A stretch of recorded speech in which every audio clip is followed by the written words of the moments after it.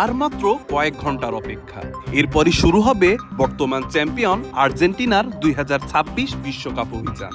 দলের প্রস্তুতি যেমন শেষ, তেমনি প্রস্তুত ম্যাচ ভেন্যু ক্যানসাস সিটি স্টেডিয়ামও। ড্রেসিং রুম থেকে শুরু করে গ্যালারি, সবকিছুই এখন বিশ্বকাপের রঙে সেজেছে।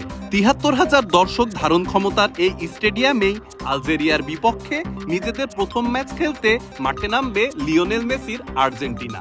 প্রিয় দল এবং পছন্দের প্লেয়ারকে এক নজর দেখতে ফুটবল প্রেমীদের আগ্রহের কোনো কমতি নেই। ম্যাচের টিকিট শেষ হয়েছে অনেক আগেই।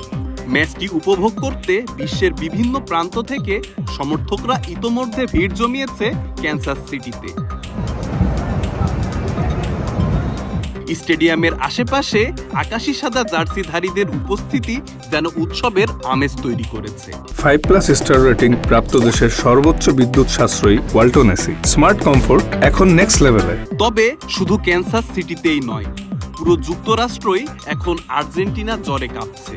বিশ্বকাপ উপলক্ষে দর্শকদের জন্য বিশেষ আয়োজন করেছে ফিফা। যুক্তরাষ্ট্রের বিভিন্ন বড় বড় শহরে স্থাপন করা হয়েছে জায়ান্ট স্ক্রিন, যেখানে হাজার হাজার ফুটবল প্রেমী একসঙ্গে বসে ম্যাচটি উপভোগ করতে পারবে। বিশেষ করে নিউ ইয়র্কের বিখ্যাত টাইম স্কয়ারে এখন থেকেই দেখা যাচ্ছে আর্জেন্টিনা সমর্থকদের ভিড়। কেউ হাতে জাতীয় পতাকা, কেউ মেসির জার্সি পরে অপেক্ষা করছেন ম্যাচের শুরুর আগ মুহূর্তের জন্য। আর্জেন্টিনা ভক্তদের ভিড়ের মধ্যেই নজর কেড়েছে বাংলাদেশি ফুটবল প্রেমীরাও। প্রিয় খেলোয়াড় মেসির জন্যই উপস্থিত হয়েছে নিউ ইয়র্কের টাইম স্কয়ারে বাংলাদেশি সমর্থকরা। বিশ্বকাপে আর্জেন্টিনার প্রথম ম্যাচকে ঘিরে তাই এখন উত্তেজনা, প্রত্যাশা আর উৎসবের এক অনন্য আবহ তৈরি হয়েছে। কোটি কোটি সমর্থকদের চোখ থাকবে ক্যানসাস সিটির দিকে, যেখানে আলজেরিয়ার বিপক্ষে মাঠে নেমে নতুন স্বপ্নের যাত্রা শুরু করবে বিশ্ব চ্যাম্পিয়নরা।